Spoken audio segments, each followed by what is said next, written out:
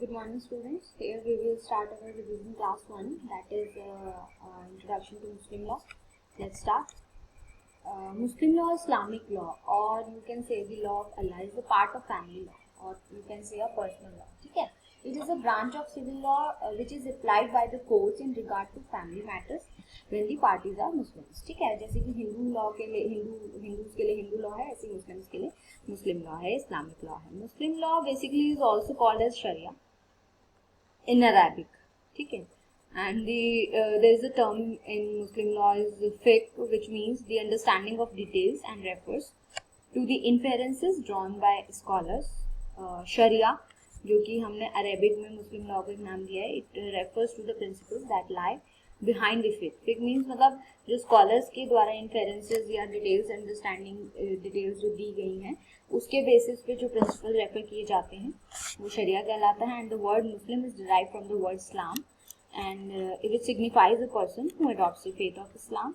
In general, it draws no distinction between religious life and secular life. ठीक है, now we will study about its origin. The Islamic law is believed to have been originated from the divine. मतलब ऐसे ही दैवीय ही है, ऐसा कुछ नहीं है कि किसी पर्टिकुलर पर्सन ने किसी उसने उसको ओरिजिनेट किया है. डिवाइन कम्युनिकेशन या divine communicated it to prophet Muhammad who prescribed them in Quran. Some scholars describe the word Sharia as an archaic word which denotes the pathway to be followed or path to the water hole. है ना, मतलब एक रेगिस्तान, एक society को रेगिस्तान रूपी एक सोसाइटी को माना है कि वो एक रेगिस्तान है, और अगर कोई इस्लामिक लॉ या मुस्लिम लॉ को पढ़ता है या उसको अपनाता है इस्लाम धर्म को, तो एक तरीके से उसको माना गया है कि ये एक रास्ता है to the water hole in the desert society, है ना. ठीक है, तो जो the definition comes from the fact that path to what is the whole way of life is an arid desert environment, जो मैंने अभी बताया. Sharia also spelled sharia which means fundamental religious concept of Islam. ठीक है, total और unqualified submission अगर आपने अपनी अल्लाह को किया है अपनी इच्छा से, तो that is the main fundamental thing of the Islam. Islamic law is therefore the expression of Allah's command for Muslim society, and it constitutes a system of duties that are incumbent upon a Muslim by virtue of his religious beliefs. ठीक है, now we will skip up to who is Muslim. जैसे कि हमने Hindu law में हिंदू पढ़ा था, ऐसे ही मुस्लिम पढ़ेंगे. Muslim is basically a person who follows the religion of Islam. From the point of law, the court is interested if the person, there are two ways in which a person can be regarded as a Muslim. That is Muslim by birth and the Muslim by conversion. Muslim by birth, a person who believes in one God and prophethood of Muhammad, and Muslim by conversion means converts by profession of Islam or converts by any formal ceremony. ठीक है, तो these are the 2 points which says the minimum and fundamental things for a person to be called a Muslim. Now, the sources of Muslim law. Sources of Muslim law, basically the Muslim law, Islamic law is referred to as Sharia. Islam has given the most comprehensive legal system to mankind. It has its own personal, civil, criminal evidence and international law. There are type of sources, 3 type of sources under Muslim law, that is ancient sources, customary sources, modern sources. Now we will discuss one by one. Ancient sources में हमारी चीज़ें आती हैं जैसे कुरान हो गया, सुन्ना हो गया, हदीस हो गया, कियास हो गया. ठीक है, तो first of all we have the Quran. Muslims believe that the Quran to be the direct words of Allah. जिन्होंने कुरान को जो है एक अल्लाह के डायरेक्ट वर्ड्स माना है एज रिवील्ड और transmitted by the prophet Muhammad. इसके बारे में मैंने आपको पूरी स्टोरी भी बताई थी प्रॉफिट मोहम्मद की, एंजल गब्रिएल के थ्रू जो उनका कम्युनिकेशन हुआ था. तो मतलब माना जाता है कि कुरान में जो भी वर्ड्स लिखी हैं, जो भी चीज़ें लिखी गई हैं, वो अल्लाह ने कही हैं, और जो कि लोगों में या सोसाइटी तक जो ट्रांसमिट किया गया है किसके थ्रू, प्रॉफिट मोहम्मद के through. All the sources of Muslim law must be in essential agreement with the Quran. ठीक है, and the most fundamental source of Islamic law. When the Quran itself does not speak directly और in detail about a certain subject, Muslims can turn to alternative sources of Islamic law. अगर ऐसा है कि कुछ चीज़ें ऐसी होती हैं कुरान में लिखी हैं, कुछ अगर नहीं लिखी हैं, तो उस केस में क्या होगा कि मुस्लिम जो है टर्न कर सकते हैं कोई भी और जो इस्लामिक लॉ में ऑल्टरनेटिव सोर्सेज इस चीज़ के लिए दिए गए हों. फिर आता है सुन्ना। Sunnah is basically known as the traditions और known practices of the prophet Muhammad. जो प्रॉफिट मोहम्मद की जो प्रैक्टिसेस थी या जो उनके जो ट्रेडिशंस थे वो सुन्ना कहलाता है। The resources which includes many things that he said, उन्होंने क्या कहा, उन्होंने क्या किया, या उसकी क्या करने के लिए वो एग्री करते थे, या उन्होंने कैसे अपनी जीवन जिया, अपना जीवन, अपनी लाइफ कैसे जी according to Quran, putting the Quran into practice in his life. So basically it is called Sunnah. During his lifetime, the Prophet's family and companions observed him and shared with others exactly what they had seen in their words or behaviors. है ना, या उनके conduct में उन्होंने क्या चीज़ें देखी, तो वो सारी चीज़ें, उनका कंडक्ट जो उनका, उन्होंने क्या चीज़ें की, उन्होंने क्या किया, क्या उन्होंने कहा, उन्होंने क्या किसको एग्री किया करने के लिए, तो जो उनके द्वारा की गई प्रैक्टिसेस थी, किनके द्वारा की गई, प्रॉफिट मोहम्मद के द्वारा की गई प्रैक्टिसेस या ट्रेडिशंस थी, वो हमारी आती है सुन्ना में, जो कि एक हमारा एंशिएंट सोर्स है. फिर आता है इज्मा, कंसेंसस, जिसमें कि in situations when Muslims have not able to find a specific legal ruling और specific answer in the Quran और sunnah, the consensus of community is soft.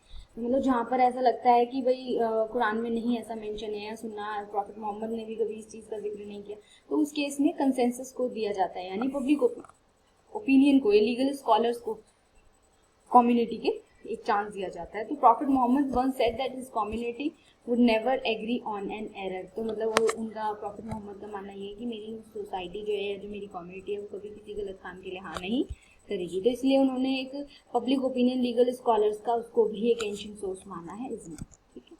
कियास होता है बेसिकली लीगल रीजनिंग या लॉजिकल रीजनिंग, मतलब अक्ल शक्ति बोलते हैं इसको. कियास एसेंशियली मतलब बेसिकली इसको माना है टूल ऑफ इंटरप्रिटेशन, है ना. ऐसा नहीं है कि इसको माना गया है कि एग्जिस्टिंग जो लॉ है उसको अल्टर कर दे, बट एक है कि मतलब अगर कोई चीज़ है और न्यू फैक्चुअल सिचुएशन इसमें हो सकती है, हम कंफर्म कर सकते हैं, कुछ नया हम ऐड कर सकते हैं, तो वो हमारा आता है कियास में.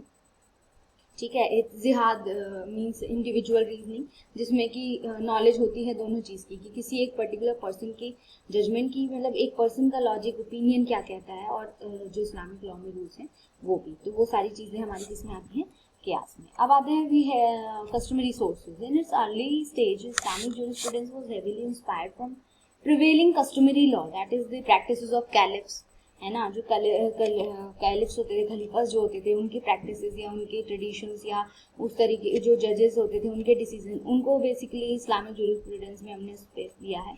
बट इवन देन कुरान को जो है उन्होंने एक मेंटर माना है for the guiding of people. For instance जैसे कि कैलिफ अबू बकर हैं, आपने इनका नाम भी सुना होगा, तो इन्होंने भी बहुत सारे कुछ compulsory payments in light of Quran में किए हैं. तो मतलब इस तरीके की चीज़ें, सुप्रीमेसी ऑफ कुरान को बेसिकली इन्होंने प्राइमरी इस्लामिक सोर्स कहा है इसमें. तो कस्टमरी सोर्स की अगर हम बात करें, तो अगर हम इसमें बात करें तो हम प्रैक्टिसेस ऑफ कैलिफ्स और कुरान को हम लोग इसमें पुट अप कर सकते हैं. Now his the turn off modern sources. Modern sources में सबसे पहले आता है हमारा ज्यूरिस्टिक प्रेफरेंस यानी इक्विटी, जिसको हम मुस्लिम या इस्लामिक टर्म में इस्तिहसन भी कहते हैं. It literally means the liberal construction या ज्यूरिस्टिक प्रेफरेंस, और what we call today as law of equity, जो आज की सोसाइटी में हम लोग आज के टाइम में लॉ ऑफ इक्विटी जिसको बोलते हैं. तो बेसिकली ये टर्म जो थी वो किस लिए यूज की गई, to express the liberty of laying down, है ना, to express liberty of laying down any rule as may be necessary and any special circumstances if there is requirement. तो अगर मतलब कहीं पर ज़रूरत है किसी एक पर्टिकुलर स्पेशल रिक्वायरमेंट की, कि वहाँ पर एक काम के एक्सेप्शंस कहते हैं ना हम लोग, एक्सेप्शंस आते, तो मतलब उस तरीके की चीज़ें अगर कहीं पर कोई सोसाइटी, कोई ऐसा सर्कमस्टांस, कोई ऐसी कंडीशन आ रही है जहाँ पर जो हमारे इस्लामिक लॉ है उससे अलावा हटके भी कुछ ऐसी चीज़ है कि हम उसको पुट फॉरवर्ड कर सकते हैं, तो उसके लिए एक्सप्रेस लिबर्टी इसमें हमारी होती है ज्यूरिस्टिक प्रेफरेंस में. पब्लिक इंटरेस्ट दूसरा आता है इस्तिसला under the system rule of pointed out by analogy. ठीक है.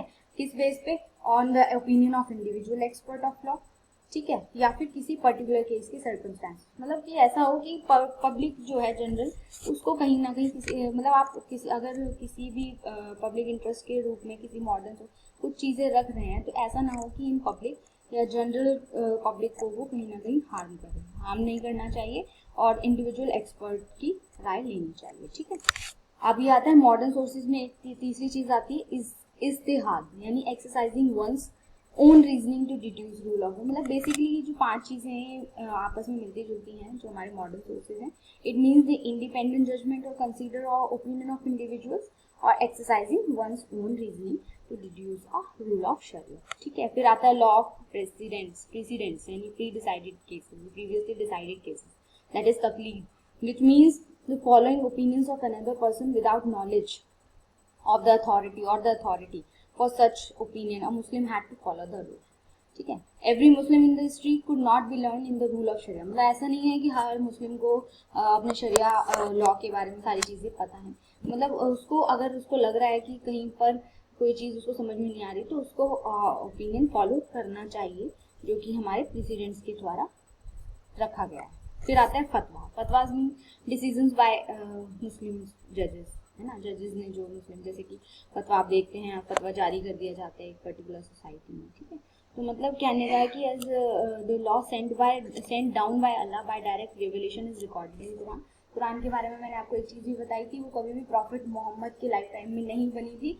उनके जो बाद में जो उनके डिसिपल्स थे, जो उनके शिष्य थे, उसके बाद की उन्होंने उनसे वो प्रीच किया करते थे प्रॉफिट मोहम्मद, तो उस चीज़ों को सुन के उसने उन किताबों में उकेरा था और पूरे 23 ईयर्स लगे थे एक कुरान को फॉर्म करने में. ठीक है. तो ये थे हमारे मॉडर्न सोर्सेज. इसके बाद we will discuss about our next topic, the schools of Muslim. Thank you.